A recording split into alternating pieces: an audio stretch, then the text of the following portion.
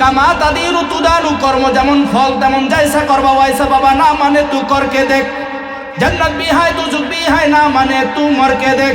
যদি জান্নাত বিশ্বাস না করো মইরা দেখবি জান্নাত আছে কিনা। জাহান্নাম যদি বিশ্বাস না করো মইরা দেখ জাহান্নাম আছে কিনা। এখন অপরাধ করবি, মাতা পিতার সাথে বেয়াদবি করবি, একটু খেয়াল করে দেখ, তুই যখন মুরাব্বি হবি তোর সাথে যদি চরমভাবে ওইভাবে ব্যবহার করে তোমার কাছে কেমন লাগবে। এই যুবক, এই জন্য হাতে ধরি পায়ে ধরি, যুবক মাতা পিতার সাথে বেয়াদবি করিও না। হুজুর ডাক দিয়ে বলতেছে, কিরে তুই মারো, তাও আল্লাহর কসম দিয়ে বলতেছো কেন? কিসের জন্য মা বাবাকে মারো? এবার মাদ্রাসার ছাত্র বলতেছে, হুজুর ঘটনা কইতাম নি। বলে তাহলে বাবা বল, কিসের জন্য তুই মা বাবাকে মারো? বলে আমার বাবা মস্ত বড় অবিচার।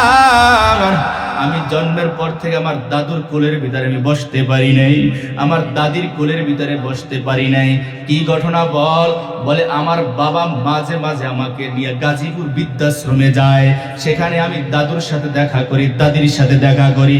আমার একদিনের ঘটনা, আমার দাদুর কাছে যখন গেলাম, দাদি আমাকে কোলের ভিতরে জড়াইয়া দুই চোখের পানি ছেড়ে দিয়া বলতেছে, দাদু তোমার বাবাকে বৃদ্ধাশ্রমে দিও না, তোমার বাবাকে তুমি বেয়াদবি করিও না, বাবার সাথে বেয়াদবি করিও না। আমি বড় গরিব অবস্থায় তোমার বাবা আমার পেটের ভিতরে আসছে, আমি তাকে লোশন কিনে দিতে পারি নাই, ক্রিম কিনে দিতে পারি নাই। আমি মা নরম ঠোঁট দিয়ে তোমার বাবার হাতের ভিতরে সুমাইয়া সুমাইয়া শরীরটা নরম রাখছি। ওই সন্তান আজকের মস্ত বড় অবিচার। আমি মাকে দেখেন আমাকে বৃদ্ধাশ্রমে ফালাইয়া দিছে। তোমার বাবা মস্ত বড় অবিচার, আমাকে দেখলে নাকি তার ইজ্জত পাঞ্চার হয়ে যাবে। এবার এ দাদু ভাই, তোমার বাবার চেহারাটা আমি অনেক দিন হয়ে গেছে দেখি না, টাকা দিয়া যায়, শুধু টাকা দিয়া যায়। এই কথা বলার পর বলে, তোমার দাদু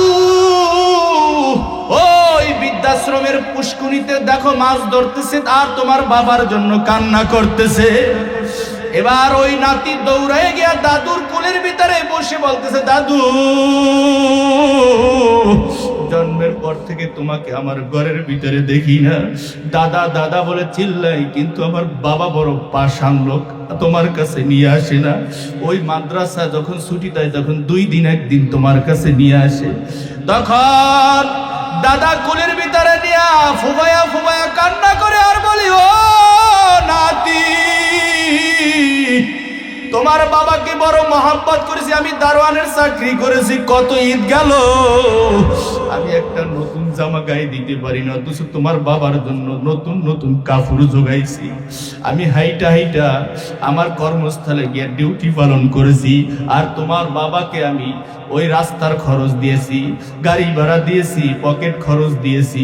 আমার এমন দিন গেছে কয়েক বছর যাবত আমি একটা নতুন কাপড় ক্রয় করতে পারি নাই। আজকে তোমার বাবা যখন অবিচার হইল বিবাহ করার পর, বুড়া বাবাকে ভালো লাগে না, মাকেও ভালো লাগে না, আমাদেরকে বৃদ্ধাশ্রমে রাইখা গেছে। ও দাদু ভাই, হাত ধরি, তোমার বাপ মার সাথে এমন বেয়াদবি করিও না। আমার কলিজাটা বড় ফাটিয়া যায়, আমারও মনে চায় এই বুড়া বয়সে নাতি নাতনিদের সাথে আমি আনন্দ ফুর্তি করে বাকি জীবনটা কাটাইতে চাই। তোমার বাবা আমার দিকে তাকায় না, দেখাও করে না।